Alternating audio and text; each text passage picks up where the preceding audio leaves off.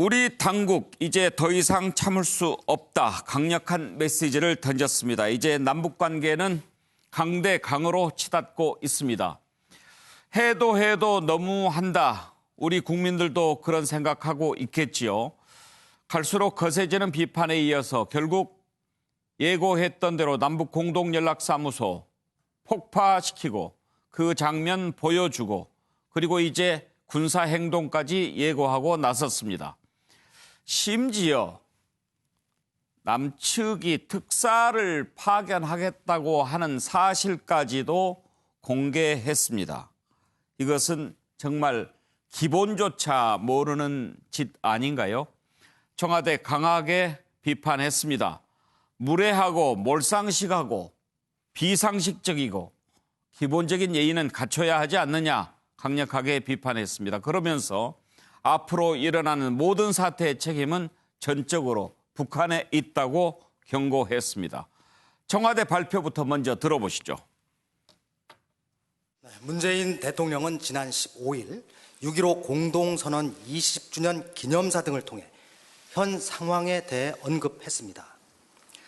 전쟁의 위기까지 어렵게 넘어선 지금의 남북 관계를 후퇴시켜서는 안 되며 남과 북이 직면한 난제들을 소통과 협력으로 풀어나가자는 큰 방향을 제시한 것이었습니다. 그럼에도 불구하고 북측이 김여정 제1부부장 담화에서 이러한 취지를 전혀 이해하지 못하고 매우 무례한 어조로 폄훼한 것은 몰상식한 행위입니다. 이는 그간 남북 정상 간 쌓아온 신뢰를 근본적으로 훼손하는 일이며 북측에 이러한 사리 분별 못하는 언행을 우리로서는 더 이상 감내하지 않을 것임을 분명히 경고합니다. 예, 청와대 발표를 들어보셨습니다. 오늘 북한대학원대학교 양무진 교수 모셨습니다. 어서 오십시오, 교수님. 안녕하십니까.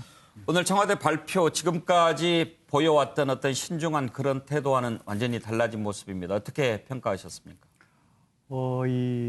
어제지요. 어제 북한이 일방적으로 개성 이 공동연락사무소 이 폭파 해체 이후에 예. 남북한의 서로 주고받는 말폭탄이랄까요? 이러한 말폭탄은 우리는 뭐 폭탄 아니겠지만 그렇죠. 주고받은 거 없어요. 그렇죠. 예, 일방적으로. 이런 이 입장 표명이라든지 담화를 보면은 공통점과 차이점이 있습니다. 예를 들어 남북한의 공통점은 서로에 대한 책임 전가 또 강력한 경고 뭐 이런 게 담겨 있겠죠. 그런데 이제 이 차이점은 뭐냐 하면은 우리는 이런 그 입장 표명해 가지고 강력한 이 메시지를 보내고 있지만도 절제된 용어를 쓰고 있는 것이죠. 예. 그에 반해서 북한은 상당히 몰상식한 표현을 예. 하고 있죠. 이런 부분에 대해서 차이가 있고 또 하나는 북한은 행동을 예고할 수 있는 그런 대목들이 많이 있습니다. 그러나 우리는 강력한 대응 이야기했지만 구체적인 행동은 없습니다. 아마 이 행동이 없다는 것은 차후 북한이 군사적인 행동을 하면 거기에 대해서 맞대응을 하겠다는 그것도 남겨놨겠죠. 어떻든 이러한 공동의 차이점이 있고 이번에 청와대의 이런 강력한 경고의 메시지는 아마 우리 국민들의 목소리 예. 다시 말해서 북한이 최고 존엄이 중요하다면 우리 또한 국민을 대표하는 대통령의 이런 여러 가지 존엄이라는 표현은 뭐하지만도 예. 존경이랄까요? 예우가 있지 않습니까? 이런 부분에 대해서 국민들의 목소리를 담아가지고 북한에 대한 경고의 메시지를 날렸다. 예. 그런 생각이 듭니다. 예. 그동안 너무 저자세다, 봐준다, 너무한 거 아니냐 이런 국민들 정서가 있지 않았습니까? 참 오랜만에 좀 제대로 이야기했다 그런 느낌도 드는데 더 혼내줘도 됐을 것 같아요. 정말 윤두환 수석이 오늘 좀 점잖은 사람이라서 저렇게 하는 것 같은데 물론 뭐 다 상의했겠습니다만 자 어제 이 시간까지만 해도 우리 대북 군사 감시 장비로 찍은 폭파 장면 보셨고 그리고 스틸 사진까지 봤는데 북한이 오늘 오후에 조선중앙TV를 통해서 폭파 장면 동영상도 공개했습니다. 그 장면 보시죠. 북남 공동연락사무소가 완전 파괴되었습니다. 북남 공동연락사무소가 6월 16일 완전 파괴됐습니다. 쓰레기들과 이를 묵인한 자들의 죄값을 깨끗이 받아내야 한다는 격노한 민심에 부응하여 북남 사이의 모든 통신 연락선들을 차단해버린 데 이어 우리 측 해당 부문에서는 개성공업지구에 있던 북남 공동연락사무소를 완전 파괴시키는 조치를 실행했습니다. 결정 지시도 신속하고 철저히 관찰할 것이다. 우리는 만중원년의 도움을 산바닥 하늘의 빛을 가릴 수 없습니다. 우리 민의 신념을 저울지하려 두는 가정스러운 무리들을 우리는 절대로 용서할 수 없습니다. 남쪽 것들은 앞에서는 대화를 제치고 뒤에서는 대결의 칼을 벼린 그 대가를 뼈저린 후회와 절망 속에 똑똑히 깨닫게 될 것입니다. 예, 폭파 장면 영상 한번 다시 보시겠습니다.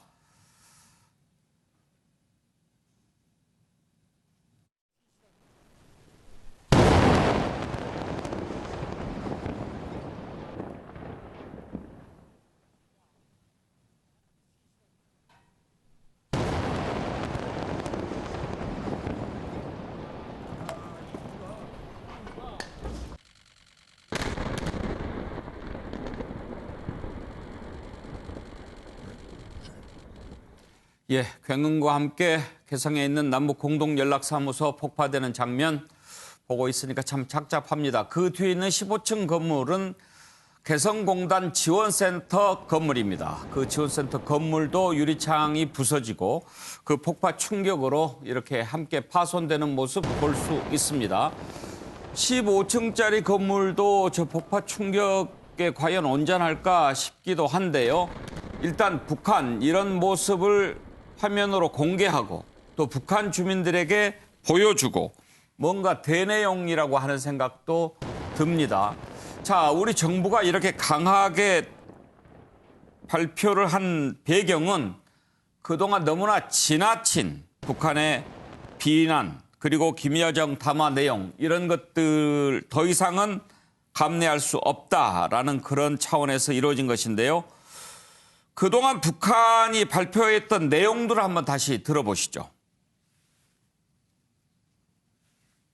지난 15일 청와대 수석 비서관 및 보좌관 회의와 6.15 선언 20주년 기념 행사에 보낸 영상 메시지라는 것을 통해 연속 2차례나 장황한 연설을 하였다. 2000년 6.15 공동선언 서명 시 남측 당국자가 착용하였던 넥타이까지 빌려 매고 2018년 판문점 선언 때 사용하였던 연탁 앞에 나서서 상징성과 의미는 언제나와 같이 애써 부여하느라 했다는데 그 내용을 들어보면 새삼 혐오감을 금할 수 없다. 한마디로 맹물 먹고 속이 얹힌 소리 같은 철면피하고 뻔뻔스러운 내용만 구구하게 늘어놓았다. 명색은 대통령의 연설이지만 민족 앞에 지닌 책무와 의지, 현 사태 수습의 방향과 대책이란 찾아볼래야 볼 수가 없고 자기 변명과 책임 회피, 뿌리 깊은 사대주의로 점철된 남조선 당국자의 연설을 듣자니 저도 모르게 속이 메슥메슥해지는 것을 느꼈다. 자, 김성환 평론가, 김여정 담화라든지 이런 내용을 보면요, 좀 저질스럽고 유치하고 그렇다는 생각 안 드세요? 우리 입장으로 보면 뭐 받아들이기 어려운 거죠. 그리고 굉장히 수준도 낮다 이렇게 생각하는데요. 북측이 그동안에 이제 선전선동의 일환으로 저렇게 격한 표현들을 많이 사용해 왔거든요. 그러니까 저런 표현들을 사용한 게 한두 번은 아니었고요. 그러니까 계속해서 사용해 왔는데 문제는 그 안에 들어있는 함의가 뭐냐, 그게 더 중요한 거 아닌가 싶습니다. 근데 지금 이제 그동안에 4.27 판문점 공동선언 나오고 난 다음에 북측에서는 문재인 대통령에 대해서 저렇게 격하게 비난하는 장면을 한 번도 우리는 보지 못했거든요. 그거는 최소한 문재인 대통령한테만이라도 어떤 비난은 좀 자제해야 되겠다고 하는 그런 인식들을 갖고 있었다고 볼 수 있는데 이번에는 다른 것도 아니고 6.15 공동선언에 대해서 문재인 대통령이 축사한 부분에 대해서 역겹다 뭐 이런 표현까지 지금 사용했단 말이에요. 이거는 이제 도를 넘어도 한참 넘은 거다 이렇게 볼 수 있는 거고 특히나 이제 비공개로 특사 교환 문제를 논의한 것 이걸 공개한 것은 굉장히 중요한 문제가 있다고 보는데요. 만약에 이렇게 해버리면 앞으로 남북 간의 대화를 할 수 있겠습니까? 그렇죠. 신뢰가 깨지는 거잖아요. 그러니까 더 이상 대화를 하지 않겠다고 하는 메시지나 다름없다. 그런 면에서 청와대에서 굉장히 이번에 좀 강도 높게 비판하는 그런 메시지가 나왔다고 생각하고요. 뭐 또 얘기할 기회가 있을지 모르겠지만 이건 이제 그동안에 남북 간에 합의해왔던 합의 사항들을 이행하지 않았다고 하는 불만도 이게 대내적으로 천명하는 측면도 있겠지만 대내적으로 보면은 지난 4일 김여정 부부장이 대북 전단 살포하는 문제와 관련해서 굉장히 격하게 비난하는 성명을 노동신문에 실었잖아요. 그리고 북한 내부에서 분위기를 이른바 띄우는 작업들을 했습니다. 걸기대회를 잇따라 열고 북한 주민들이 거기에 대해서 분노하게 만든 다음에 그리고 이제 공동 연락사무소를 파괴했다는 거죠. 이거는 북한 내부의 민심을 다독이거나 민심을 추스려야 할 필요가 있었다. 이렇게 또 볼 수 있는데요. 그러니까 간단하게 말씀드리면 코로나19 사태도 있죠. 그리고 대북 제재가 계속되고 있는 상황에서 외부하고의 접촉을 일절 끊고 있는 상황에서 이 뭔가 다른 돌파구가 필요했을 가능성이 예. 있다. 그러니까 북한 내부의 불만을 오히려 남쪽으로 돌리려고 하는 의도도 있었다고 봅니다. 북한의 의도라든지 또 앞으로 우리의 대응이라든지 오늘 이런 걸 좀 나눠서 얘기를 해보도록 하죠. 먼저 오늘 우리도 북한에 이제 직격탄을 날린 그것과 관련해서만 한번 좀 얘기를 해보도록 하겠습니다. 최경철 의원, 김여정은 그동안 담화에서 문재인 대통령자도 제대로 붙이질 않았어요.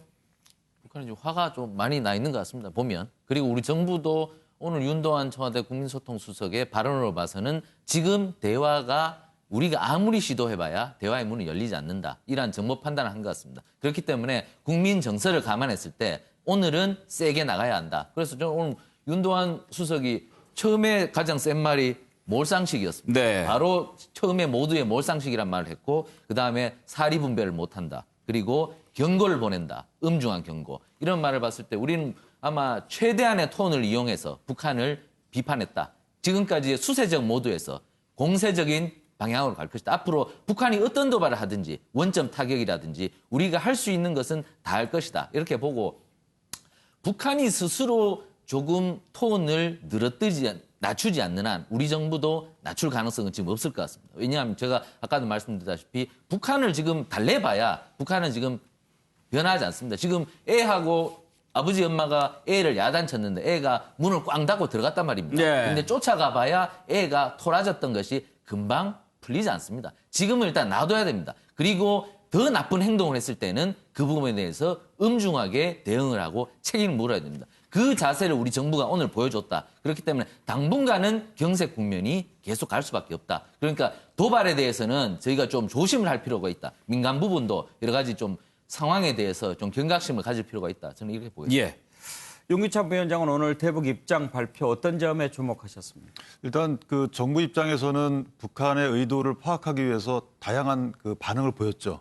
그러니까 북한의 의도가 진짜 대한민국한테 뭘 이행해라, 뭘 요구하는 것이냐, 아니면 북한 내부의 체제 수호를 위한 또는 북한 내부의 어떤 사정에 따른 자체적인 판단에 따른 것이냐를 알아보기 위해서 아마 뭐 대화도 제의해보고 특사까지 보내고 했던 것 같아요. 그런데 그것이 남한의 어떤 반응에 불구하고 또 남한의 어떤 반응을 볼 수 있는 시간을 주장 바로바로 이어서 나왔거든요. 저는 행동들이. 그렇다면 저것은 정해놓고 남한의 반응에 불구하고 자기들은 정해진 대로 가겠다. 이 취지는 뭐냐면 지금 북한 내부에 그동안에 뭐 경제가 어려워진 국면 또는 북한이 여태까지 해왔던 경제 5개년 개발 계획 이게 20년 올해 마무리됩니다. 이거 성과가 없는 부분. 그러니까 책임 어떤 추궁을 위한 여러 가지 논란이 일었을 것이고 그 책임질 사람이 필요했을 것이고 그것이 남한이 책임지는 것이죠. 왜냐하면 본인들이 정책적 판단에 오류를 범한 것이 아니고 남한이 우리를 속였다, 북한을 속였다 이런 취지의 어떤 컨셉을 잡고 대응해 오는 것 같아요. 따라서 현재 청와대의 대응은 제대로 된 대응이다. 왜냐하면 지금 이럼에도 불구하고 우리가 뭘 해주게 되면 북한이 자세를 바꿀 것이다라고 판단했다면 그건 잘못된 판단 같아요. 그런데 이제 북한의 의도를 정확히 판단하고 또 거기에 대한 대응책을 강구하는 것이 아닌가 이렇게 생각합니다. 예, 오늘 청와대 국민소통수석이 대북 입장을 발표했는데 어제 폭파했을 당시에 NSC의 김유군 안보 제1 차장이 발표한 내용 그리고 또 통일부 발표 내용도 함께 들어보시죠.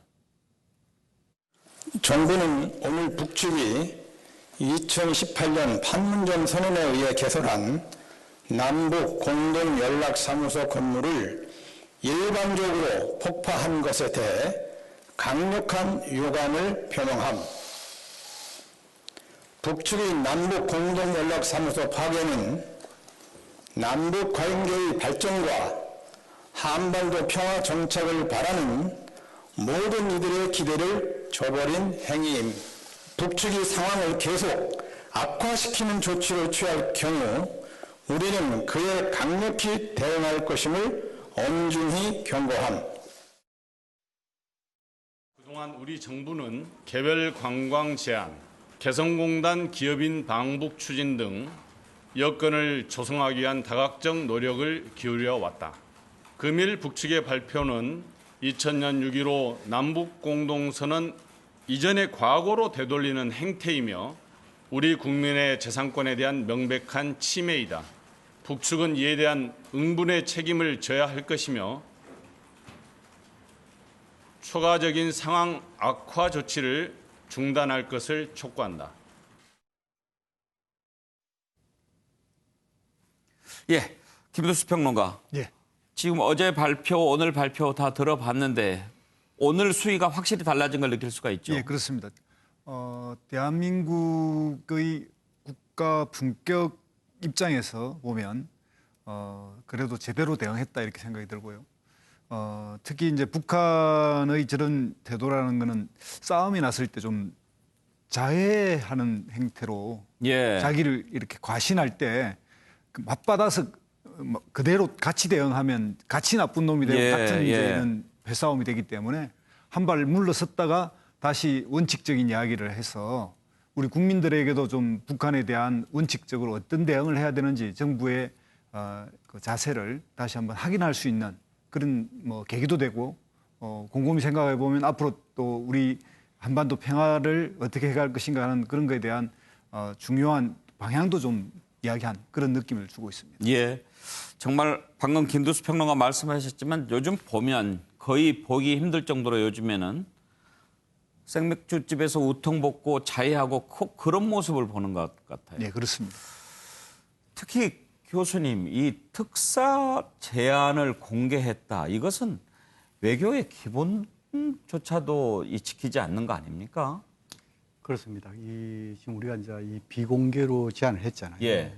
이러한 제안에 대해서 북한이 공개했다는 것은 물론 과거에 보면은 북한이 남북 정상회담이나 이런 것도 보면은 부분적으로 공개한 적이 있어요. 그것은 어찌 보면 북한이 자신들이 좀 주도하려는 그런 의미 있지만 그러나 이것을 비공개 제안을 공개했다는 것은 외교적인 결례다. 예. 이것을 강조하지 않을 수 없습니다. 그것은 뭐냐 하면은 신뢰 차원에서 양측이 신뢰가 돼야만이 북한의 입장도 존중할 수 있고 되는 거 아니겠어요? 그런데 신뢰를 강조하면서도 스스로 신뢰를 저버린 것이 북한이다. 네. 그것을 좀 더 지적하지 않을 수가 없습니다. 예.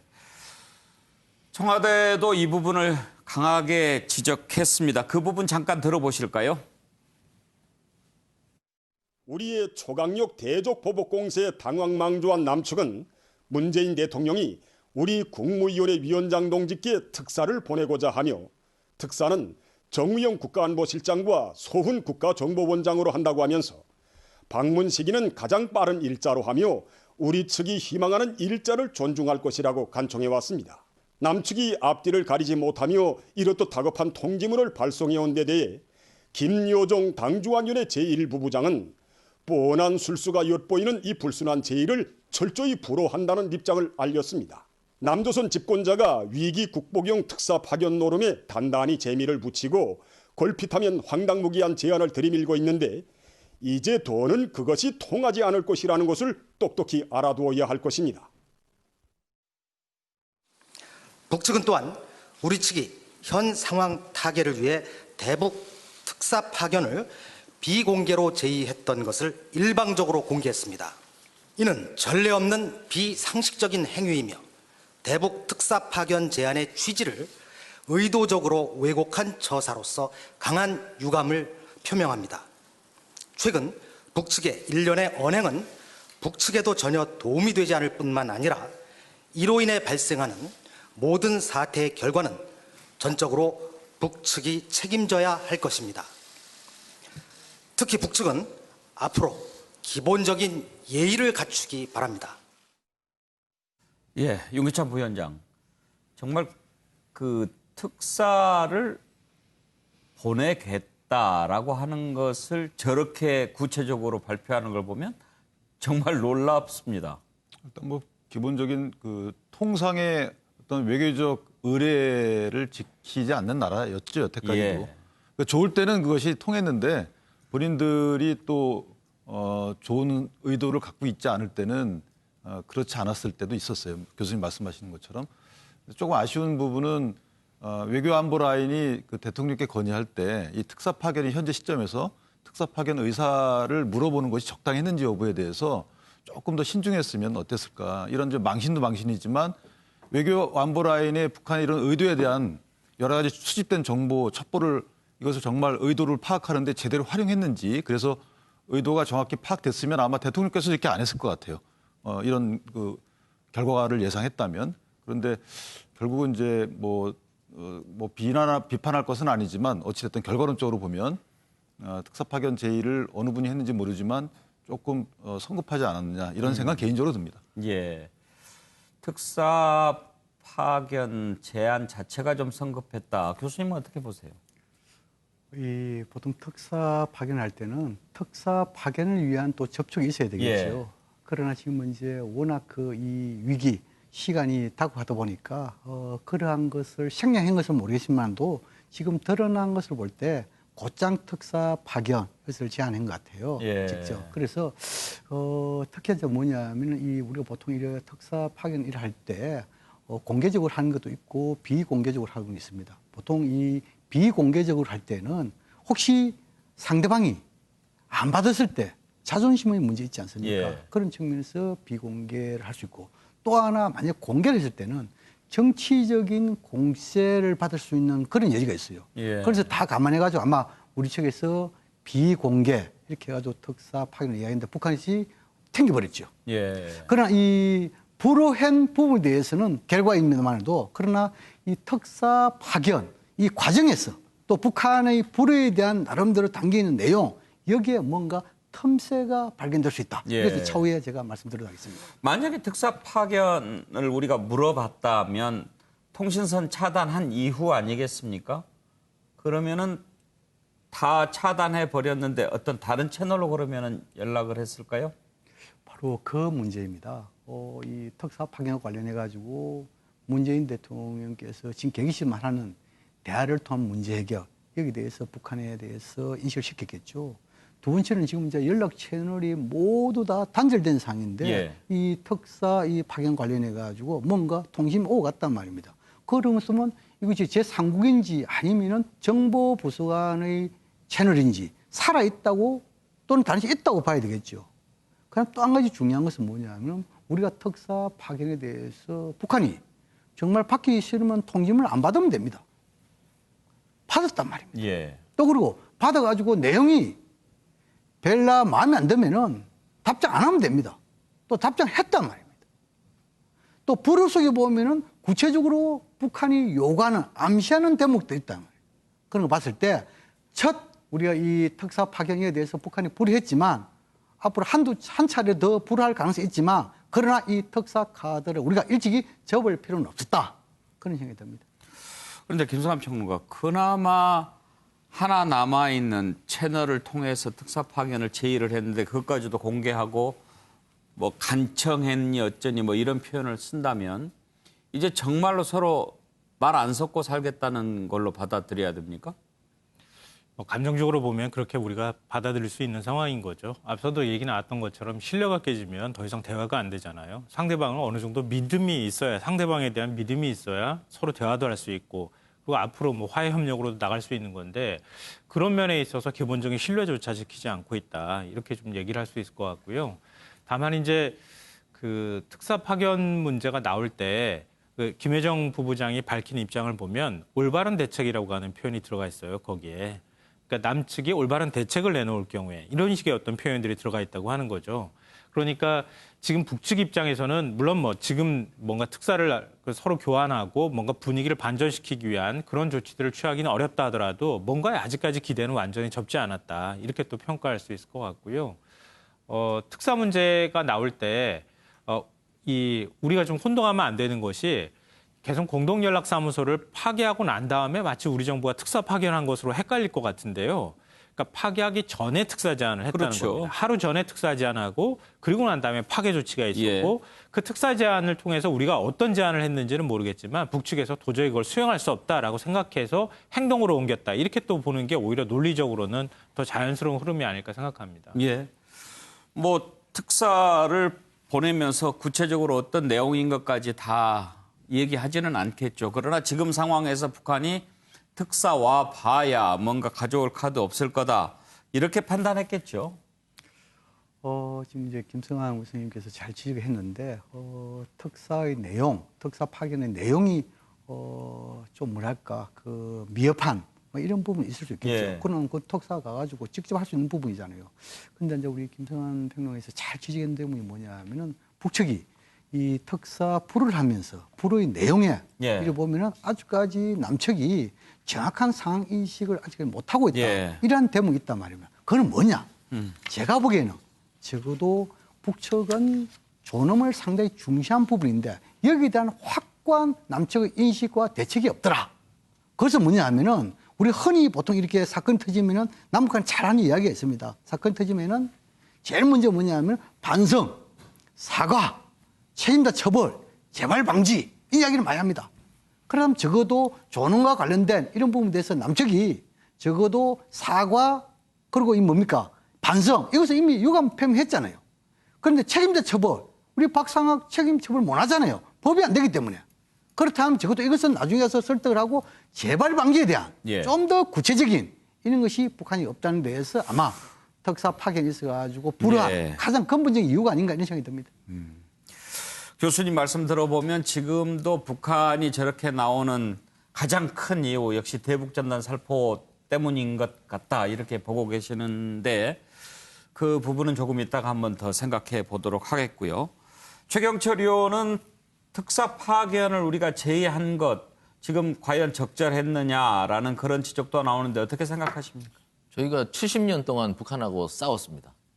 열전도 한번 벌였고 3년 동안. 그리고 그 이후에는 뭐 테러전도 벌였고 심리전도 벌였고 계속 싸워왔습니다. 그렇지만 대화는 했습니다. 항상 대화 있는 대결이었습니다. 그렇기 때문에 저는 지금 이렇게 싸우더라도 오늘도 싸우고 내일도 싸울 것입니다만은 특사를 파견해서 대화도 해야 된다고 생각합니다. 왜냐하면 그 대화를 통해서 무언가 실마리를 찾으면 좋지 않습니까? 무조건 대화마저 끊어버린다면 그것 역시 아무것도 우리가 하지 않는다는 것이기 때문에 무언가를 평화를 위해서 싸우기도 하면서 뒤로는 대화도 해야 되는 거죠. 저는 특사 파견은 적절했다고 봅니다. 하지만 특사 제의에 대해서 북한이 비밀 엄수를 하지 못하고 저렇게 말을 했다는 것은 북한 스스로 자신에 대해서 우리가 최소한 조금이나마 갖고 있던 신뢰마저 무너뜨려 버렸다. 문재인 대통령이 사실 북한에 대해서 여러 차례 대화를 하면서 그래도 저 사람들이 어느 정도는 마음을 열 생각이 있었다고 생각했던 것 같은데 최근에 저들의 태도를 봤을 때는 저러한 의도는 거짓말이었다고 느낀 것 같습니다. 그렇기 때문에 오늘 강한 톤의 저희 그 소통수석의 얘기가 나왔고 앞으로 이러한 신뢰를 저버렸기 때문에 상당 부분 저희가 먼저 대화를 열 가능성은 없다. 상당 부분 냉각기는 이어질 것이다. 예. 김두수 평론가 어떻게 보면 특사 파견 제의 사실을 공개했던 부분이 우리 청와대로서 와 이건 정말 그냥 가면 안 되겠구나라는 생각을 하게 한 이유가 좀 됐을 것 같지 않습니까? 예, 계기도 6.15를 계기로 해서 했고 또 비공개 제의를 했기 때문에 외교상에서 저럴 경우에 상대방이 폭로하면 여기는 부인하는 게 원칙입니다.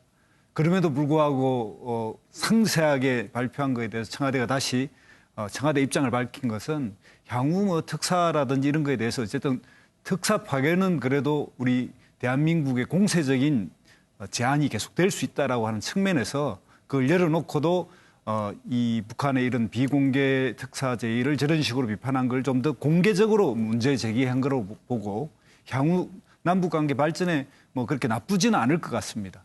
공식적으로 부인하지 않고 그것을 그대로 해석해서 또 입장을 냈다는 것은 그렇게 해석할 수 있다 이렇게 보겠습니다. 예. 오늘 우리 정부 아주 긴박했습니다. 오전에 청와대가 대북 입장을 발표했고 오후에 김현철 통일부 장관이 사의를 표명했습니다. 남북 관계가 악화된 데 책임을 지겠다라는 거였는데요. 일부에서는 본인이 직접 발표하고 또 곧바로 이렇게 수용하는 듯한 모습을 보면서 사실상 경질이다 이런 평가도 나오고 있습니다. 김현철 장관의 발언 내용 한번 들어보시죠.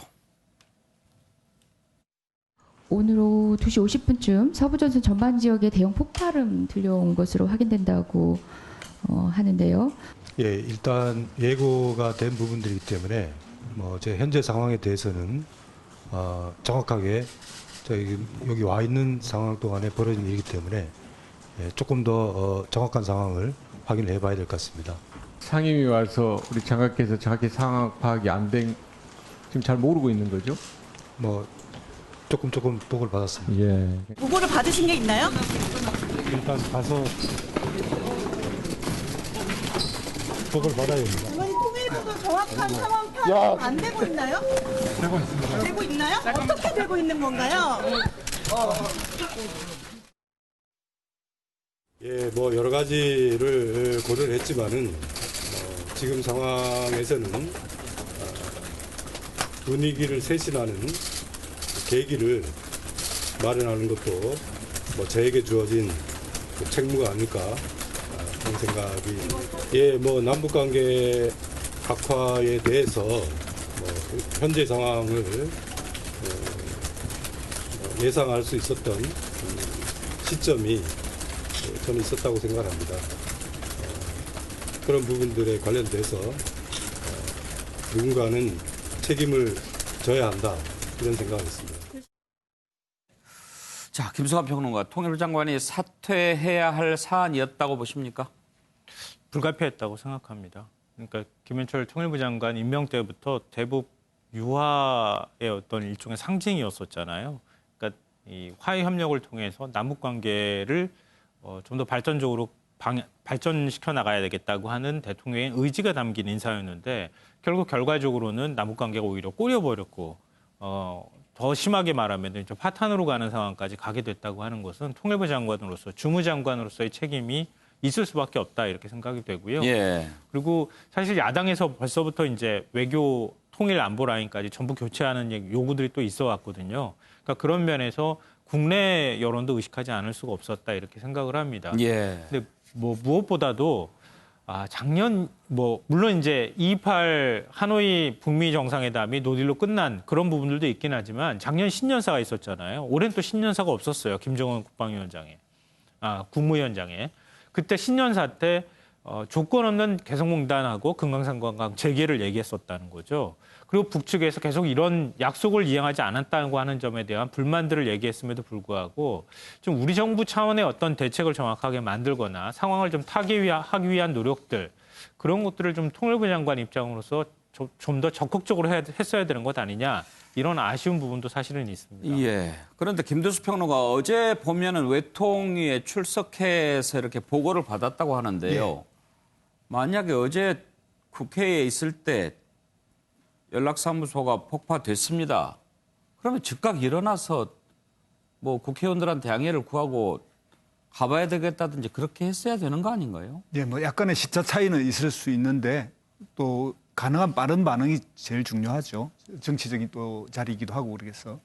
그런데 이제 제 생각에는 김현철 통일부 장관의 책임은 아닌데 이것이 북한과 미국의 거대한 그 베트남의 로딜 상태, 그것은 뭐냐면 북한으로서는 일괄 타결이 가능할 거라고 생각했고 미국은 영변을 포함한 추가 지역까지를 다 하려고 하는 그 시점에 이게 무너져서 북한이 요구한 사항은 뭐냐면 현실적으로는 유엔 제재 7개 중에 4개를 풀어라는 거였거든요. 그런데 사실 대한민국은 미국과의 관계 때문에 이 단 하나의 어떤 그 북한과의 관계를 틀 수 없던 상황이었습니다.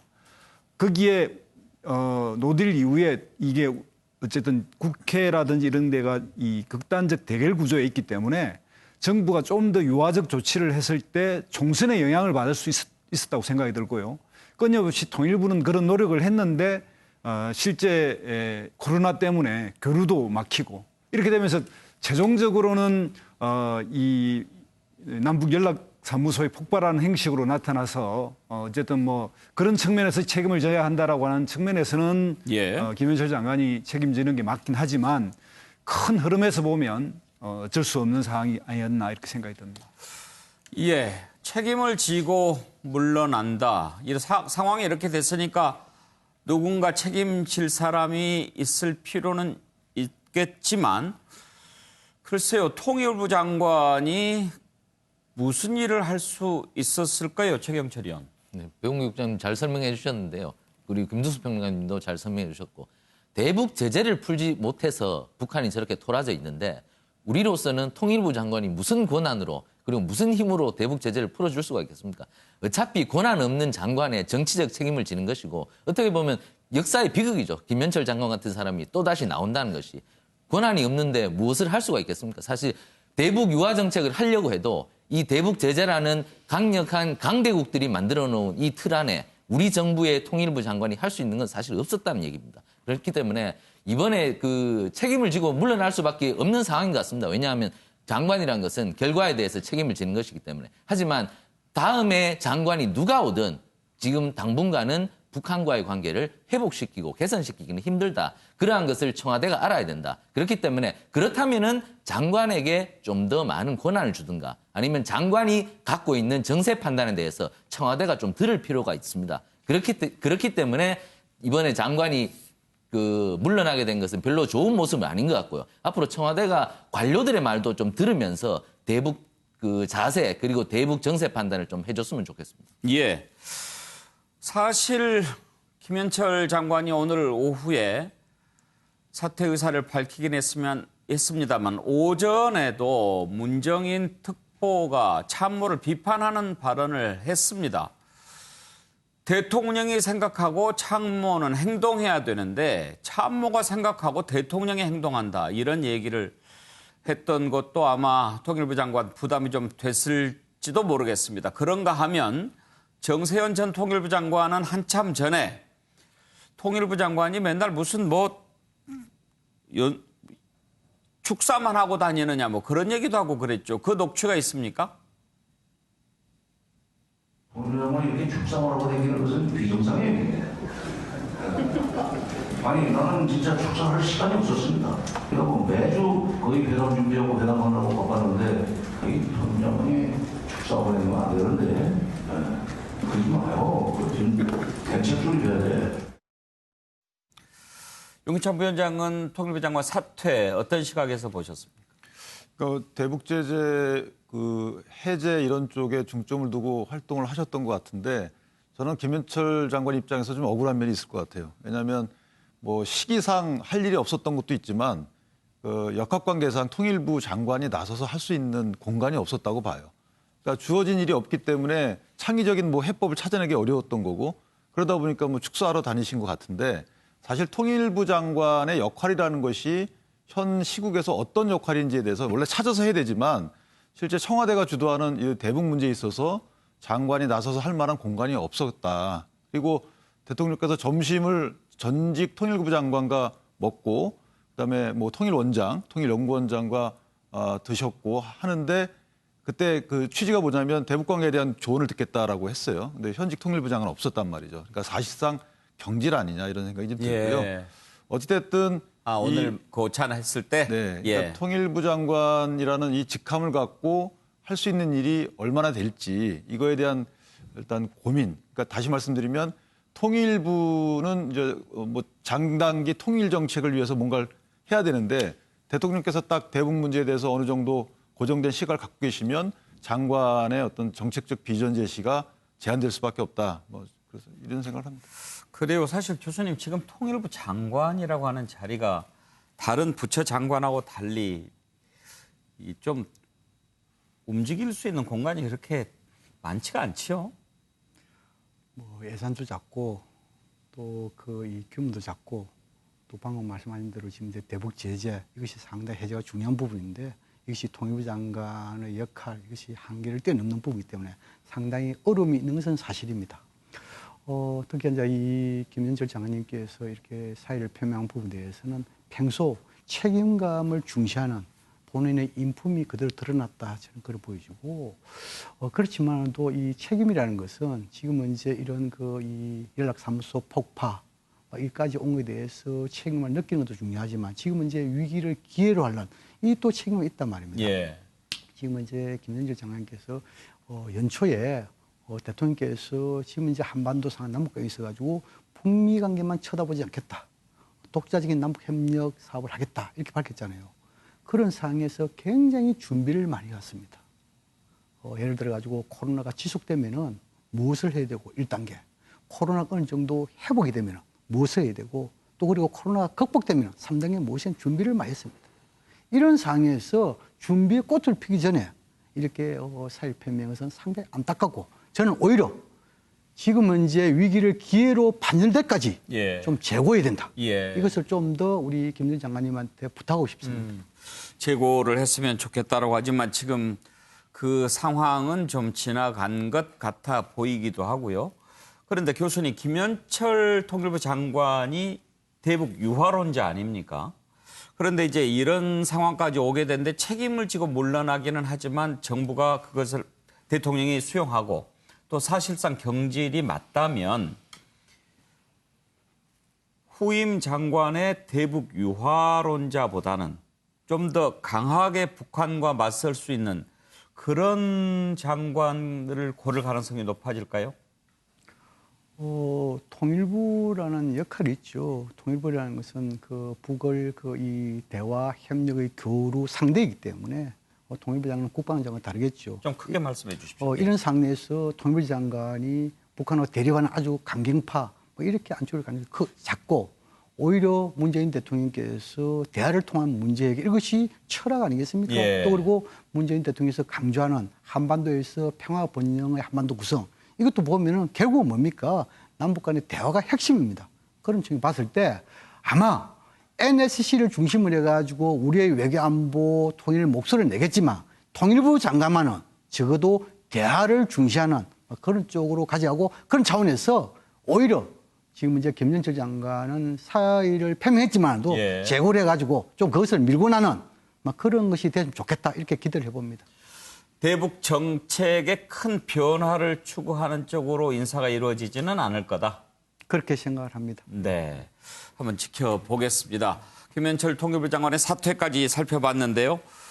계속해서 지금 가장 관심을 모으고 있는 인물, 북한의 김여정입니다. 한번 들여다보겠습니다. 남조선 당국자는 북남 관계를 견인해야 할 책임 있는 당사자이다. 역사적인 판문점 선언과 평양 공동선언에 서명하였을 뿐 아니라 8천만 교리 앞에 민족의 운명과 미래를 공헌한 당사자로서 북남 관계가 잘 되든 못 되든 그에 대해 전적으로 책임지는 자세한 입장에 서는 것은 너무도 응당한 것이다.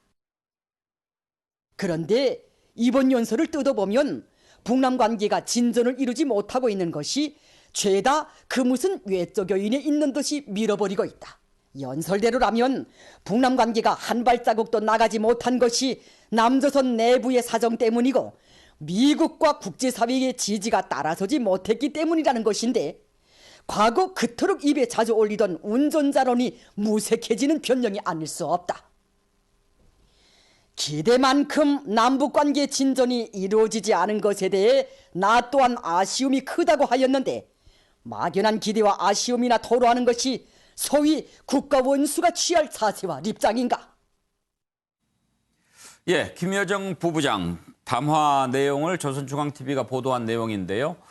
우리 문재인 대통령의 6.15 남북 공동선언 20주년 성명 또 담화 내용을 이렇게 저렇게 분석하면서 모욕적인 언사를 많이 썼습니다. 감언이설이라고 하고 속이 메스꺼려 이런 표현도 합니다. 어떻게 해서든지 좀 의미를 부여하고 또 북한의 마음을 조금 돌려보기 위해서 이번에 행사에 조촐하게 하면서도 신경을 많이 썼습니다. 지금 문재인 대통령이 메고 있는 넥타이는 20년 전 김대중 대통령이 김정일 위원장과 정상회담을 했을 당시에 맸던 넥타이입니다. 아들 김홍걸 의원이 가져와서 찾는데 그때 당시보다 색이 좀 바랬다고 합니다.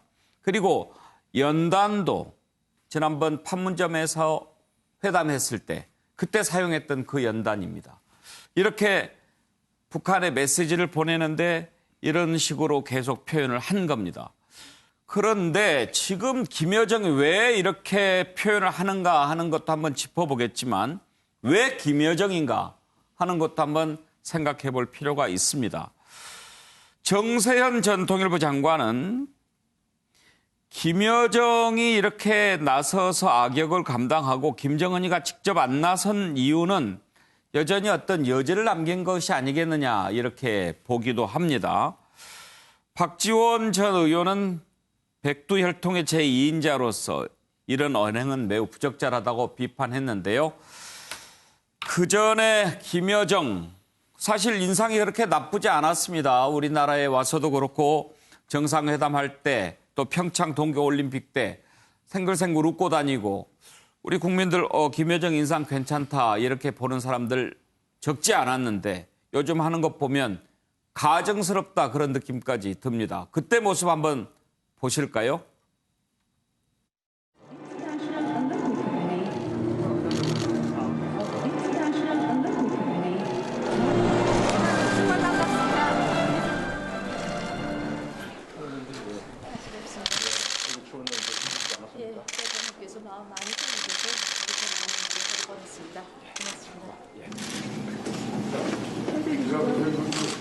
김여정 전 부부장님은 남쪽에 처음이시죠? 네, 처음입니다. 낯설지가 않습니다. Starter, System 7번 라라 스탈데르.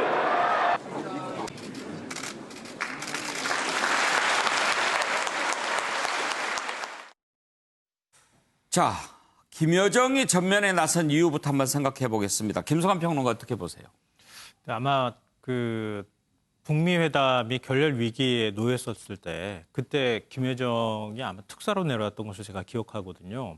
그러면서 급반전하는 분위기가 이런 과정이 있었는데 그거는 김정은 위원장을 대신해서 뭔가 할 수 있는 정도의 위치에 있고 또 백두혈통이라는 게 있는 상황이기 때문에 김여정 그 부부장이 이 남북 관계가 그동안에 이렇게 현 상황까지 오게 된 부분에 대해서 적극적으로 앞에 나서서 김정은 위원장의 뜻을 대리할 수 있는 유일한 인물일 수 있다.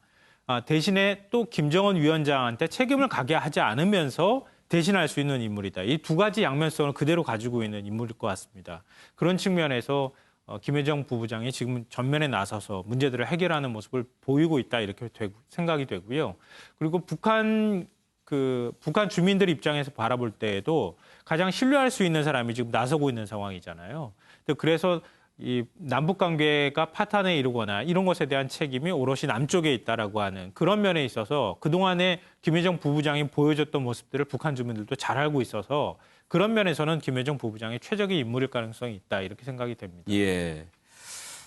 윤기찬 부위원장께서는 김여정 부부장의 전면에 나서고 있는 이유를 어떻게 보십니까? 지금 김여정 부부장만 전면에 나서는 게 아니고 김영철하고 이선건도 같이 나서고 있거든요.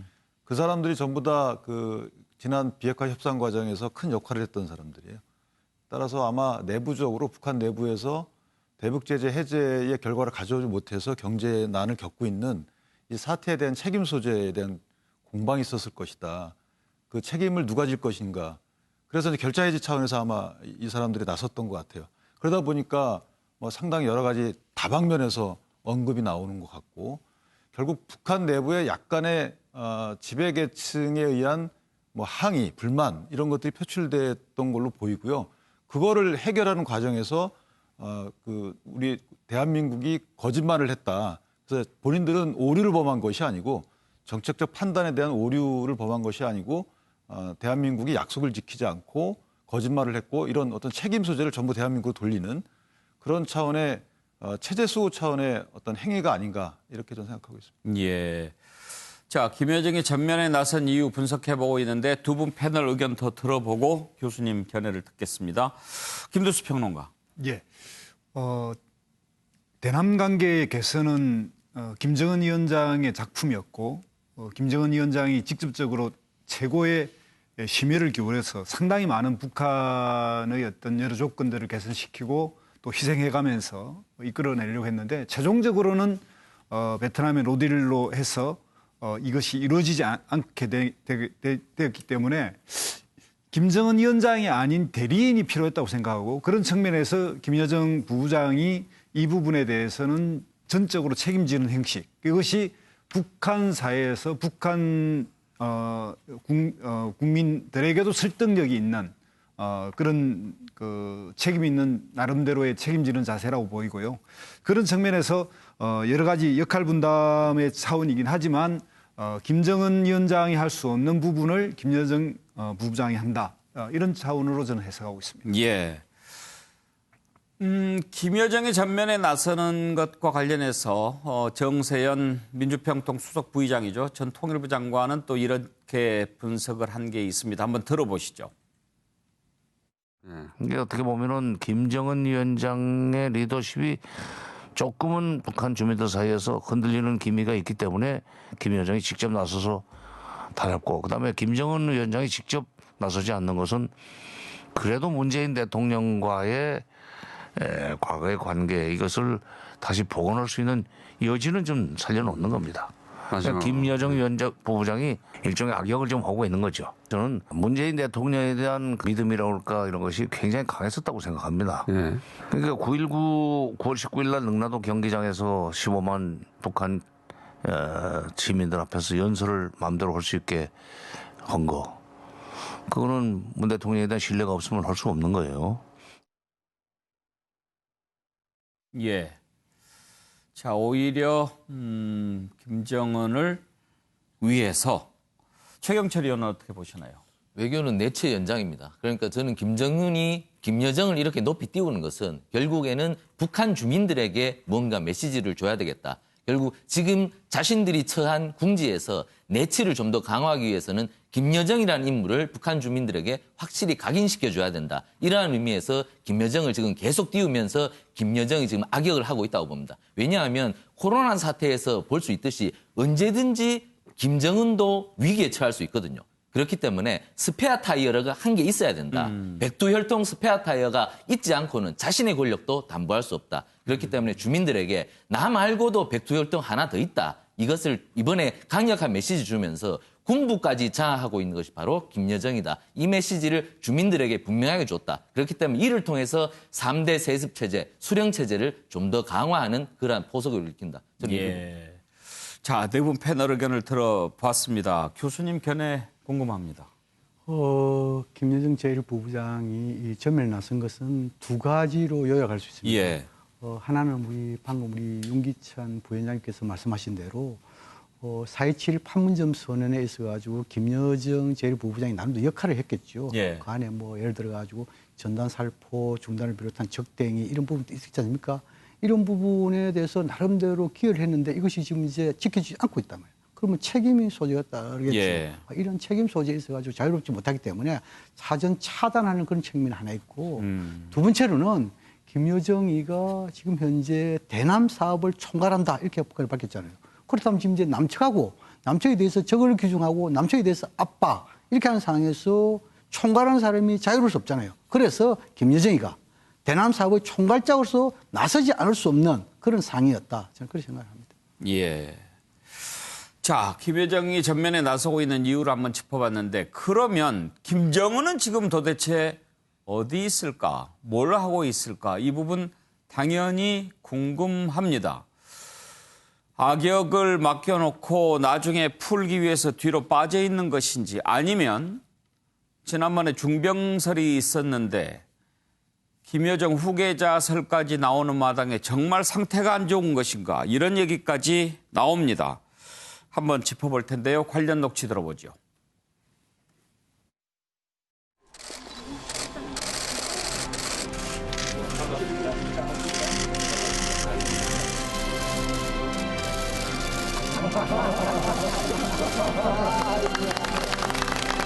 어렵사리 평양에서부터 평양냉면을 가져왔는데 평양냉면이 멀리 멀다고 말하면 안 되겠구나. 나는 문재인 대통령과의 이 뜻깊은 상무이 역사적인 계기로 되리라고 생각합니다. 나를 평양으로 초대하고 따뜻하게 맞아주신 김정은 위원장에게 진심으로 감사드립니다. 우리 모두 문재인 대통령에게 열광적인 박수와 열렬한 환호를 보내줍시다. 우리 함께 새로운 미래로 나아갑시다. 나는 문재인 대통령에게 가까운 시일 안에 서울을 방문할 것을 약속했습니다. 반드시 우리 땅으로 흡수하겠다. 그렇게 이제 다짐을 했었는데. 대통령님 모시고 남쪽 대표단 오늘 대통령 모시고 제가 찍어드리면 예. 자, 옛날 모습 봤는데요. 김두수 평론가. 예. 김정은의 침묵은 어떤 의미로 보십니까? 어쨌든 북한에서 지금 현재 미국의 제재에 의해서 북한 사정이 굉장히 어려운 것 같다는 것이 소식통들의 이야기고 그건 사실인 것 같습니다.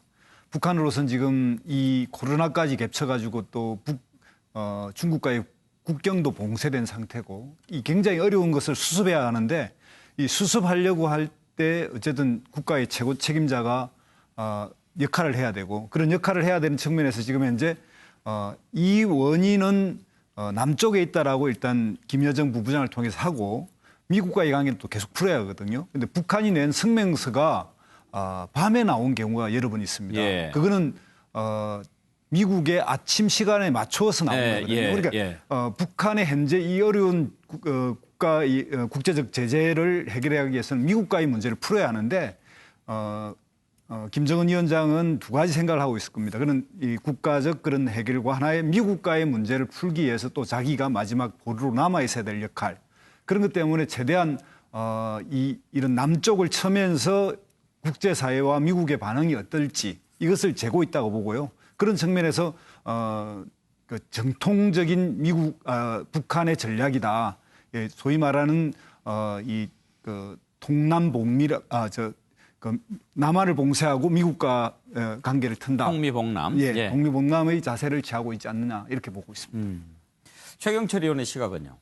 최고 저놈이 자아 비판을 할 수는 없습니다. 2018년도에 문재인 대통령과 여러 차례 정상회담하고 그리고 트럼프까지도 만났는데 지금 북미 관계나 대남 관계가 전혀 풀린 게 없는데 이 부분에 대해서 남한을 욕하고 지나온 세월들에 대해서 비판을 한다는 것은 스스로 자아 비판을 하는 거거든요. 그렇기 때문에 자신이 직접 나서서 그 부분에 대해서 비판을 하는 것은 절제돼야 한다. 그리고 만약에 앞으로 대남 관계라든가 대미 관계에서 새로운 기회가 오거나 방향 전환이 일어나서 좋은 호기가 온다면 그때 김정은이 짜잔 하면서 나타나서 그러게 말이야. 왜 지금까지 얘네들하고 사이가 안 좋았어. 내가 나타나니까 좋아지잖아. 이런 마지막 히든 카드 메시지를 담았을 가능성이 있다. 저는 이렇게 봅니다.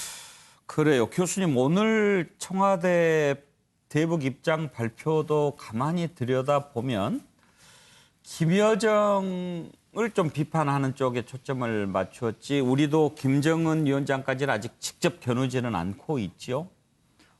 그렇습니다. 지금 이제 김정은 위원장의 전혀 이런 그 입장 표명이 없기 때문에 김정은을 겨눌 수 없고 오히려 김여정 제1부부장이 담화에 전면 나서기 때문에 거기에 대한 무례한 상식관계에 대해서 아마 반발을 했다 이렇게 보여지고 김정은 위원장이 지금 잘 보이지 않는다고 그렇게 많은 분들이 이야기하고 있지만 아마 정상적인 정치 일정을 소화하고 있다 저는 그렇게 생각합니다. 지금 최근까지 당 중앙군사위원회도 소집했고 또 거기에 대해서 좀 더 포괄적으로 정치국 회의도 소집했잖아요. 그렇다면 정상적인 일정하고 또 보이지 않게 아마 비공개 현지 지도를 하고 있을 것으로 저는 그렇게 생각합니다. 건강 이상설은 아니다. 그럼에도 불구하고 지금 이제 상당히 엄중한 상황에서 왜 나타나지 않느냐. 그렇다면 방금 이렇게 여러 선생님, 패널 선생님께서 말씀하는 것은 두 가지입니다. 첫째는 뭐냐면 존엄 문제와 관계되기 때문에 존엄은 자신의 문제 아니겠습니까? 자신의 문제에 대해서 자신이 나선다? 그것은 좀 이해하기 어렵겠죠. 두 번째로 지금 이제 방금 이제 우리 최경철 의원도 말씀했는데 혹시나 위기의 기회, 반전 그것을 아마 탐색을 할 수 있어요. 거기에 대한 어떤 때가 가장 효과적인 걸 보실 거예요. 그래서 반전의 기회, 그때 주인공으로 나타나기 위해서 상당히 기회를 엿보고 있을 것이다. 그런 측면에서 안 나타나고 있다 이렇게 생각합니다. 뭐 중병설까지 나오는데 그것은 아닌 것 같고 어떤 히든 카드로 또 지금 대북전단 살포 최고 존엄 모독이다 이런 얘기 나오는 상황에서 자기가 이 문제를 직접 얘기하는 것은 조금 문제가 있다. 그런 차원에서 김여정에게 맡긴 것 같다. 이런 지금 분석이십니다. 윤기찬 부위원장도 그렇게 생각하십니까? 저는 이게 지금 원상복구의 시점이 복구되는 시점이 개성공단 그 설립 이전으로 가고 있잖아요. 그러니까 군부가 반대했던 개성공단에 대해서 다시 군부가 들어가는. 그래서 조금 군부와의 갈등이 있지 않을까. 그 시점 자체가 너무 뒤로 밀렸어요. 예. 문재인 대통령의 대북 정책 추진 시점보다 더 밀렸기 때문에 약간 내부적인 갈등이 혹시 있지 않을까 이런 좀 추측을 하나 해볼 수 있고요. 김정은과 군부. 그렇죠. 예. 그래서 이 리성권이 외무상이 됐단 말이에요. 예. 거기 군부 출신인데 그런 것들 봐도 그런 여지가 좀 있고 또 하나는 경제난이 워낙 심하기 때문에 김정은 위원장의 경우에는 아까 말씀하신 대로 비공개 현지 지도 차원에서 그 경제 지도를 하고 있지 않을까. 그러니까 원산 갈마지구 그 관광지구에 대한 원산이 머물렀던 것도 아마 그런 좀 행보가 아닐까라는 생각을 합니다. 왜냐하면 뭔가 노력을 해야지 올 10월까지는 뭔가 결과를 내놔야 되거든요. 2020년 10월이 경제개발 5개년 계획 끝나는 시점이기 때문에 이것은 노동단대에서 본인이 공표한 거라서 상당히 부담을 느끼고 있을 겁니다. 그래서 최선을 다했다라는 어떤 지도자의 위상을 보여줘야지만 리더십이 타격을 받지 않기 때문에 그런 이제 비공개 현지 지도를 하고 있지 않을까. 예. 김성환 평론가 시각 들어보죠. 앞서 뭐 다 말씀하셨기 때문에 제가 뭐 많이 덧붙이기는 좀 그렇고요. 근데 저는 이번에 이제 공동연락사무소를 폭파하는 과정, 그 과정들을 좀 주목해 볼 필요가 있다고 생각합니다. 지난 4일 처음으로 김여정 부부장이 대북 전단 살포를 비난하는 담화를 노동신문에 실었습니다. 일반적으로 조선중앙통신이나 이런 것들이 아니고 북한 주민들이 볼 수 있는 매체에 실었죠. 그리고 북한 전역의 권리대, 그게 관제 권리대이든 아니든 간에 아래로부터 뭔가 분노를 끌어올리는 작업을 했다는 겁니다. 그리고 난 다음에 13일 날 그 공동연락사무소 파괴할 수 있다고 하는 얘기를 했거든요. 그리고 실제로 이제 군에 그 부분에 있어서 정권을 위임하는 것처럼 발표하고 군이 거기에 행동으로 옮겼다는 얘기입니다. 이거는 북한이 기존에 어떤 조치를 취할 때 급작스럽게 뭔가 돌발적으로 어떤 행동을 하거나 아니면 전략적인 판단을 통해서 즉각적인 행동으로 옮기거나 이런 방식이 아니라 아래로부터 뭔가 민의를 수렴하는 방식으로 뭔가 조치들을 취했다고 하는 겁니다. 그 부분에 대해서 우리가 좀 주목해 볼 필요가 있다고 생각이 되고요. 그렇게 했다고 하는 얘기는 김정은 위원장이 직접 뭔가 지시를 해서 일종의 신격화되어 있는 최고 존엄이 직접적인 지시를 하는 그런 형태가 아니고 북한 내부에서 의견을 모아서 뭔가 결론을 내는 형태. 그런 형태로 뭔가 이런 지금 불만들이 표출되고 있다는 겁니다. 그런 부분을 좀 주목해 볼 필요가 있고 앞으로 대처 방안들이 나올 때에도 그런 점들을 우리가 좀 예의주시해 볼 필요가 있다고 생각합니다. 예. 자, 김여정과 관련해서 한 가지만 더 짚어보겠습니다. 교수님, 지금 이제 김여정 이름으로 담화가 계속 나오지 않습니까? 그런데 이제 표현들을 보면 좀 거친 편입니다. 이건 어떤 부분을 드러내기 위해서 이런 표현을 쓰는 것으로 보십니까? 그래서 이제 뭐 김여정 제1부부장이 직접 작성하는 것인지 아니면 밑에의 서기실에서 작성하는 것인지 뭐 누가 작성해도 책임은 최후 이 승인한 것은 김여정 제1부부장이니까 자기 책임이겠죠. 이 김여정 제1부부장이 이 남북 정상회담 때 여러 가지 언행 그때 보면 뭐 이 상당히 이 국제 정세라든지 남북 관계를 인도해서 좀 뭐랄까 판단력이 상당히 뛰어나다 뭐 이렇게 예측하고 향후 남북 관계에서 상당히 도움되게 이렇게 평가를 했잖아요. 그러나 최근에 이제 몇 거 담아볼 때는 입에 담지 못하는 이런 부분이 있는데 아마 이건 이렇게 생각하면 됩니다. 김여정 제1부부장이 자기 마음대로 담화를 읽잖아요. 쓸 수 있고 발표할 수 있다면 얼마나 좋겠습니까? 그거는 북한에서 최고 지도자가 버금가는 거 아니겠습니까? 예. 그런 것은 아니라고 볼 때 아마 김여정 제1부부장도 뭔가 최고 지도자의 승인을 받는 그런 측면을 봤을 때 그렇다면 북한에서 강경파, 온건파가 없습니다. 오로지 김정은파와 존재할 뿐입니다. 예. 단지 온건 강경은 김정은 위원장이 이용할 따름입니다. 그런 측면을 봤을 때 김여정 제1부부장이 한때는 온건했는데 지금은 왜 강경하냐. 이것을 평가하는 것은 의미가 없다. 이런 생각이 듭니다. 역할을 그렇게 시켰을 뿐이죠. 네. 그런데 이제 후계자설까지 나오고 있지 않습니까? 그런데 역시 그것에 그 위상에 걸맞게 담화에 밝힌 내용들이 실행에 착착 옮겨집니다. 멀지않아서 형체도 없이 사라지는 비참한 광경을 보게 될 것이다라고 했더니 역시 폭파하고 그리고 이제 뭐 또 군사행동 뭐 또 예고하고 이렇게 말에 대해서 결과가 이루어지는 것을 보면은 김여정의 담화에 실린 힘이 김여정의 힘을 보여주는 것 같은데 만약에 후계자고 또 나중에 최고 지도자 자리까지 오르려면 좀 이 사람이 그동안 했던 담화들이 품격이 좀 있는 것을 보여주는 그런 고려도 있어야 되지 않겠습니까? 맞습니다. 최고 지도자의 가장 중요한 것은 뭐 정치적, 외교적, 군사적 모든 부분에 대해서 품위가 중요한 부분이겠죠. 그런 부분에서 최근에 김여정의 여러 담화 내용 또 이것이 본인뿐만 아니고 김정은 위원장이 정상국가의 정상적인 지도자상 부각을 상당히 강조하고 있지 않습니까? 거기에 결코 도움이 되지 않는다.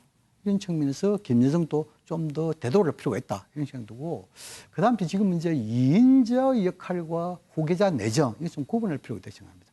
지금 이제 김여정 제1부부장의 담화 핵심을 보면은 최고 지도자와 당과 국가로부터 부여받은 권한 이렇게 되어 있습니다.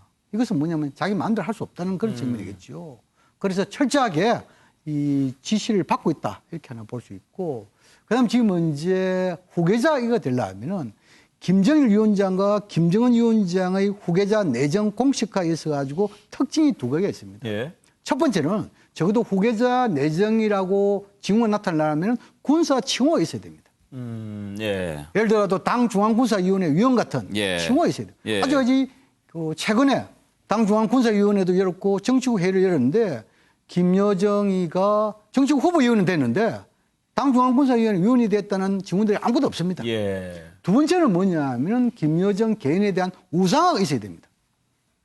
예를 들어 가지고 김정은 위원장의 경우에는 무슨 대장보, 네. 뭐 굉장히 하고 어릴 때부터 GP 이용해 가지고 무슨 포병 이런 거 많이 있지 않습니까? 근데 김여정에 대해서 개인적 우상화가 전혀 없습니다. 일부에서는 최근에 언론에서 당 중앙이라는 표현이 자주 나오는 게 이것이 김여정이 아니냐. 예. 그는 과거 70년대 김정일에게 붙인 그 상황이 다릅니다. 예. 그런 측면 봤을 때 제가 보기에는 이인자로서의 상당히 탄탄한 이런 그 자리는 구축했지만 후계자 내정 예. 이것은 설득이 떨어진다. 여기까지는 아닐 것이다.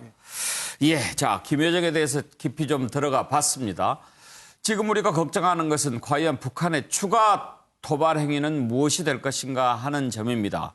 군사 행동을 예고하고 있기 때문에 우리 군도 지금 경계 태세를 강화하고 있습니다만 어떤 것이 될지 한번 전망해 보겠습니다. 북한이 어제 공동연락사무소 폭파했던 장면 오늘 오후에 동영상을 공개했는데 그 부분 다시 한번 보고 또 우리 주민들의 반응도 함께 듣고 전망해 보도록 하겠습니다.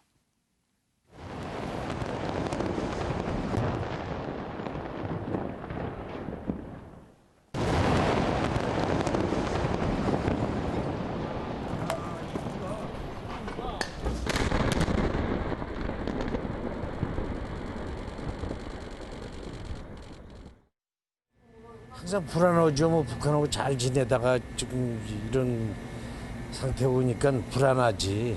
좀 어떻게 잘 해가지고 좀 잘 지냈으면 좋겠는데 뭐 그 뜻대로 되나. 불편하고 좀 불안하고 그렇지. 요게 저 지역이 다 전방인데 쉽게 따지면 저런데 왜 이 사람 못 느끼지 이런. 불안하기야 불안하지. 근데 뭐 우리 저기 대피소도 저기다 다 지어놓고 뻥 터지만 그냥 다 집합해서 모여서 그냥 다 할 자리 다 해놨어. 보통 우리가 이제 건물을 이게 이제 폭파시키든지 발파 해체를 하든지 할 때 화약을 가장 적게 넣어서 안전하게 주변 건물에 피해 없이 하는 게 보통 우리 건물 발파를 해체시키는 방법인데 연락사무소 같은 거는 정치적인 목적 때문에 상대방 그러니까 우리한테 이제 큰 뭐 이렇게 공포감 건물을 완전히 부셨다 뭐 이런 거를 보여주기 위해서 4층짜리 건물이기 때문에 작은 건물인데 거기다가 폭약을 많이 썼다. 그리고 폭약도 건설용으로 쓰는 폭약 다이너마이트가 아니라 TNT나 이제 컴포지션, 이 군사용 폭약입니다. 우리 건설 현장에서 쓰는 거는 폭발 속도가 1초에 한 4,000에서 한 5,500m 정도. 근데 여기 이제 이 군용 폭약 같은 거는 뭐 1초에 한 뭐 7,000m 이상씩 그냥 더 센 거죠. 저 정도 건물이면 폭약저가 한 50kg도 안 들어가요. 근데 여기는 제가 볼 때 상당히 많은 폭약을 썼던 거로 돼요. 옆에 지원센터 큰 건물, 그 건물도 보면 외병 유리창 다 내려앉았어요. 이렇게 폭약을 많이 썼다는 게 이제 증명이 됩니다. 3월 11일 그 시각부터 형식적으로나마 유지해오던 조선 정전협정의 효력을 완전히 전면 백지화해 버릴 것임. 다종화된 우리식이 정밀 핵 타격 수단으로 맞받아치게 될 것입니다. 누리면 발사하게 되어 있고 퍼부으면 불바다로 타번지게 되어 있습니다.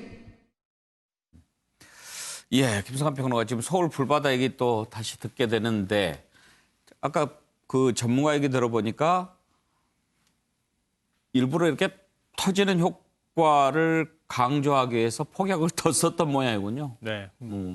네, 그런 측면으로는 별로 생각을 안 했는데 전문가가 보니까 확실히 뭔가 달라 보이는 것 같습니다. 예. 그런데 지금 이제 추가 도발이 과연 뭘까? 군사 행동 이런 얘기가 나오는데 실제로 어디까지 나갈 수 있을까요?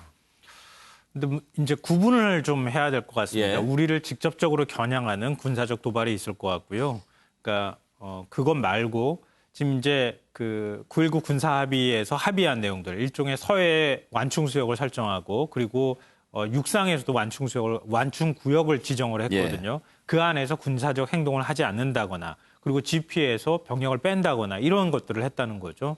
근데 그런 부분에 있어서 지금 다시 군을 투입하겠다 이렇게 얘기를 하고 있기 때문에 그런 면에 있어서의 어떤 군에 있어서 무력 시위나 행동 같은 긴장감을 끌어올리는 행동을 하느냐 아니면 직접 우리를 겨냥하는 뭔가 행동을 하느냐 이런 두 가지를 좀 해야 될 것 같은데 아직까지는 직접 공격을 할 계획이나 그런 움직임을 보인다고 우리가 판단하기에는 조금 이르다. 좀 우리가 냉정한 시각으로 바라봐야 할 필요가 있다고 생각합니다. 교수님은 어떻게 전망하십니까? 이 북한군 총참모부의 발표 한 4가지가 있죠.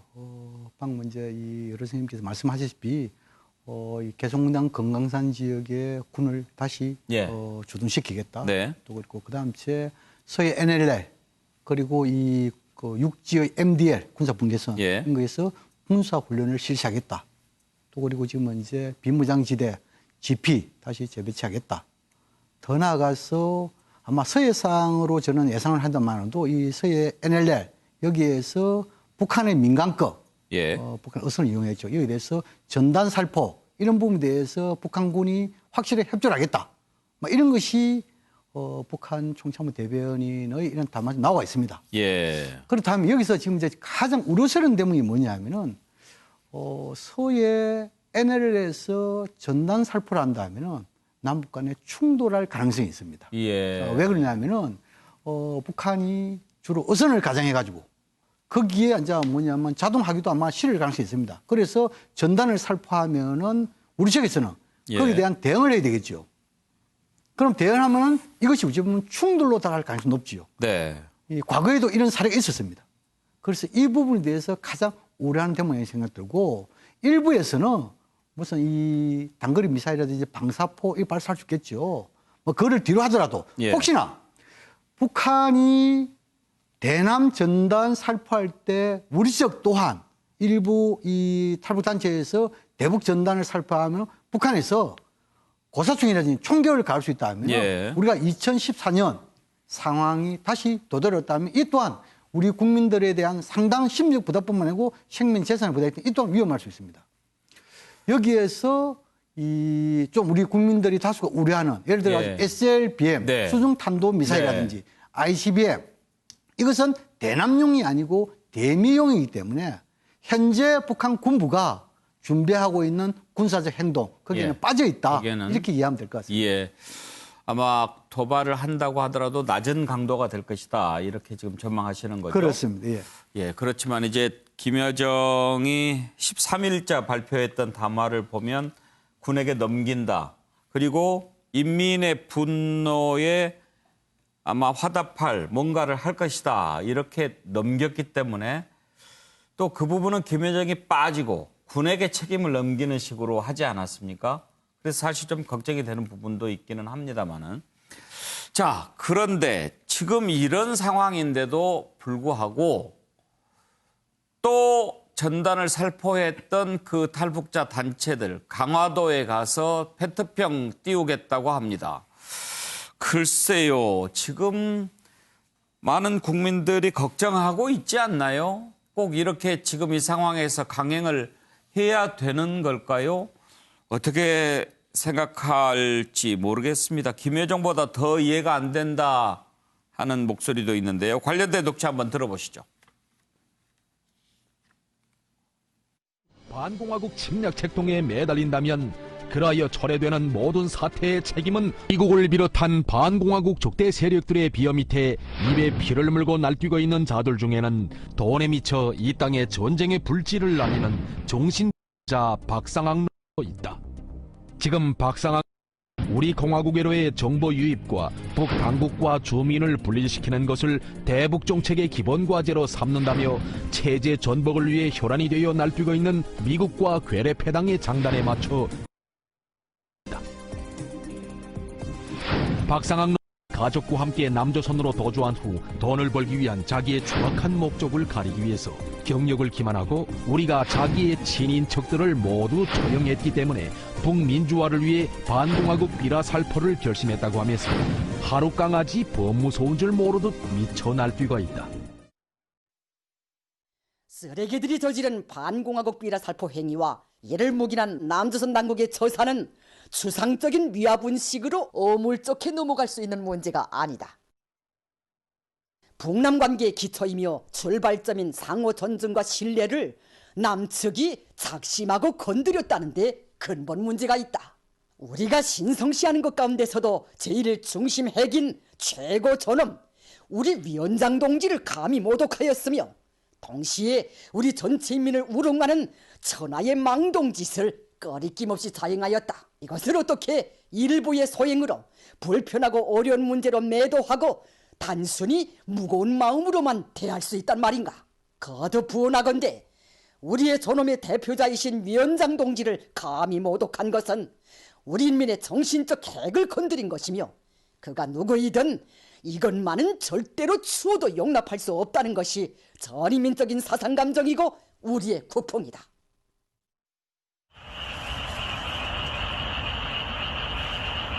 자, 하나, 둘, 셋,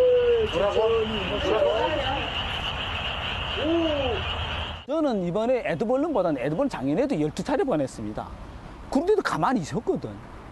근데 이번에 3차밖에 안 보냈는데 지금 난리고 노동신문에다가 김여정이까지 나와가지고 아마 에드벌룬에 보내는 것도 문제 있지만 저는 4월 9일 날 드론 때문에 저 난리 치는 않느냐. 대북전단을 보고 뭐 쓰레기랍니다. 6월 25일 6.25 참상의 진실이라는 대북전단을 한 100만 장 준비했습니다. 그 전단을 보내고 비공개로 보내려고 합니다. 아무리 지져봐도 필요 없어. 예. 최경철 의원, 지금 박상학 대표가 21일 성모도항에서 이제 박정호 대표는 박상학 대표 동생이죠. 형제가 아닌데 쌀 페트병 보내겠다고 하고 또 25일은 대북전단 살포하겠다고 하고 지금 보내는 것 상당히 좀 위험해 보이지 않습니까? 남북관계가 가장 위험한 순간만 약간만 비켜서고 그 순간만 딱 넘으면 또 화해의 기운이 또 돋습니다. 그렇기 때문에 지금처럼 이럴 때는 아무리 표현의 자유가 있다 하더라도 조금 자중해 주시는 게 좋겠다. 제가 2005년 8월 달에 개성공단 취재를 갔었거든요. 예. 개성공단 취재에 갔을 때 저는 깜짝 놀랐습니다. 정말 북한 근로자들 인터뷰도 했고요. 인터뷰를 아주 자유스럽게 했고 그리고 말도 아주 자유스럽게 하더라고요. 그리고 뭐 거기 가니까 들쭉술 바가지도 엄청 씌우고 저희 기자들한테 어떤 데는 가니까 뭐 7달러고 어떤 데는 30달러고 그러니까 아주 자유스럽게 변해가고 있구나. 그렇지만 제가 취재하고 나서 1년 뒤에 북한이 1차 핵실험을 합니다. 그러니까 남북 관계가 막 싸우다가도 풀어졌다가도 싸우다가도 풀어졌다 이런 게 있기 때문에 지금 가장 긴장의 순간이 높아질 때는 약간만 차분하게 대해도 또 6개월 지나고 1년 지나면 또 화해의 기운이 약간 싹 트기 때문에 지금처럼 감정이 최고조에 달했을 때는 서로 약간 상황 관리를 할 필요가 있다. 아무리 대북전단 좀 날리고 싶다라도 지금은 조금 참고 한 몇 달만 있다가 날리고 싶은 그 표현의 자유가 있다면 그 표현의 자유를 쓰시고 지금은 약간 상황 관리를 할 필요가 있다. 저는 이렇게 봅니다. 예, 대북전단 살포가 문제가 되는 것은요. 교수님, 사실 이제 우리 패널들하고도 이번 북한 사태 이후에 계속 얘기를 해보고 또 다른 전문가들도 이렇게 말씀을 들어보면 교수님과 다른 부분이 딱 하나가 어떤 부분이냐면 다른 많은 분들은 북한이 대북전단 살포를 비난하면서 또 이렇게 계속 하지만 실제로는 그것 말고 다른 목적이 있고 다른 의도가 있어서 그런 것일 것이다. 대북전단 살포는 하나의 핑계에 불과하다. 이렇게들 많이 보시는데 교수님께서는 아니다. 이 대북전단 살포를 그냥 넘겨볼 일이 아니다. 이것은 최고 존엄에 대한 도전이고 정말 이 부분이 북한을 크게 자극했을 가능성이 매우 높다. 이렇게 보셨어요? 그렇습니다. 제가 누차 강조합니다만도 북한 체제의 특성은 체제, 존엄을 가장 중시하는 나라입니다. 특히 존엄 중시와 관련해 가지고 2014년 6년째를 되돌아오고 있습니다. 2014년도에 우리 탈북단체에서 공개적으로 대북 전단 살포했는데 그 내용이 상당히 예를 들어 가지고 김정은 위원장의 무슨 hen상 수배라든지 이런 게 들어있단 말입니다. 그때 북한이 어떻게 반응했습니까? 고사총으로 반응을 했습니다. 그런데 이러한 고사총의 사례가 비단 북한에만 있었던 것이 아닙니다. 유럽에도 있었습니다. 네. 1956년도에 이 자유유럽위원회가 있었어요. 그 자유유럽위원회는 뭐냐면 미국 CIA에서 돈을 받아가지고 서독을 중심으로 해가지고 체코와 헝가리와 폴란드에 전단 풍선을 살포했어요. 예. 그런데 체코에서 이 풍선에 의해 가지고 비행기가 충돌 사고가 일어났습니다. 그래서 이게서 뭐냐면은 체코에서 이카오를 해가지고 국제 민간 항공기구에 이의를 제기했습니다. 상당히 문제가 됐죠. 여기에서 이 자유유럽위원회에서 그다음부터 이 전단을 뿌리지 않겠다. 이런 게 있습니다. 그래서 이거 봤을 때 역시 좀 우리가 이 설명 연결고리가 모르겠습니다도 2014년도의 사례를 볼 때 존엄을 그만큼 중시했고 이번에도 역시 마찬가지입니다. 그렇기 때문에 저는 북한이 이번에 하는 것은 존엄 문제가 이 판문점 선언하고 연계되어 있고 또 존엄에 대해서 김여정 제1부부장이 가장 중시하지 않을 수 없는 그런 위치이기 때문에 여기가 핵심적인 요인이다. 그렇군요. 기타 예를 들어 가지고 뭐 체제 결속이다. 우리를 때려 가지고 미국을 굴복시킨다. 기타 이런 것은 부수적인 의도다. 저는 그렇게 생각합니다. 예. 교수님께서 유독 그 부분을 강조하시고 그렇게 하니까 그러면 이번에도 만약에 25일 대북전단 살포한다고 하면 북한이 그 부분 고사포 쏜다든지 이럴 가능성도 혹시 있다고 보십니까? 충분히 있다고 생각합니다. 일단 북한은 그 다 예고를 했고 어찌 보면 군사행동을 더욱더 빨리 촉진시키는 계기점 됐고 그러한 상황에서 2014년 되돌아가면 우리 민간인 상당히 피해를 받지 않습니까? 라는 측면에서 그것 또한 우리 피해를 안 보려는 법이 없습니다. 그렇기 때문에 탈북단체가 북한 주민들에게 정보를 주입해가지고 인권을 개선시킨다. 이것은 효과 하나도 없는 부분입니다. 오히려 탈북단체들의 자신의 생존권, 나아가서 자신의 존재감, 이것만 가시할 것이 한반도 평화 부분은 전혀 생각하지 않고 있다. 그런 생각합니다. 윤기찬 부위원장, 지금 현행 법으로도 못 보내게 단속할 수 있다고 들었습니다만. 단속할 물론 이제 문헌상 그것을 적용할 수 있는지 여부는 공방이 있어요. 그런데 경찰관 직무집행법도 적용 가능하고요. 그러니까 법령으로는 적용이 가능해요. 그리고 표현의 자유에 해당하는 것도 맞아요. 그런데 또 접경 지역 주민들 입장에서 보면 본인들 생명 신체 자유도 또 관련되는 거거든요. 그리고 북한의 알 권리도 중요하지만 그 상황별로 어떤 기본권이 더 보호받아야 되는지는 또는 어떤 기본권 때문에 다른 기본권이 제한받아야 되는지는 각각 다른 거기 때문에 북한이 대놓고 이렇게 말하고 있는 상황에서 굳이 쌀은 모르겠는데 전단지를 살포하는 것은 저는 그건 맞지 않다고 보고요. 자제해야 된다고 봅니다. 김성환 평론가, 지금 많은 국민들이 걱정하고 있는 상황인데 꼭 보내야 하는지. 대북전단에 대해서 찬성하시는 분들도 꽤 있거든요. 그런 분들은 뭐 야당에서도 그렇게 주장을 하고 있기도 하지만 대북전단을 보내면 그걸 받아본 북한 주민들이 그걸 보고 탈북을 결심한 사람들이 많다. 북한 민주화에 도움이 된다. 이렇게 얘기를 하는데요. 전 역으로 생각해 봤으면 좋겠어요. 대북전단을 보내면 지금 탈북민들이 위험합니다. 그 가족들, 남아있는 가족들이 탈북민의 가족으로 오히려 찍히는 상황이 돼버리잖아요. 지금 북한 내부에 얼마나 지금 분노하거나 걸기도에 이런 험악한 분위기가 연출되고 있습니까? 그러면 어떻게 탈북하겠습니까? 역으로 생각하면. 그렇지 않나요? 그러니까 이건 단순히 뭐 표현의 자유 이런 문제를 떠나서 두 단체가 보내는 것이 오히려 탈북민들한테 더 위해가 된다고 하는 사실을 좀 인지했으면 좋겠습니다. 네.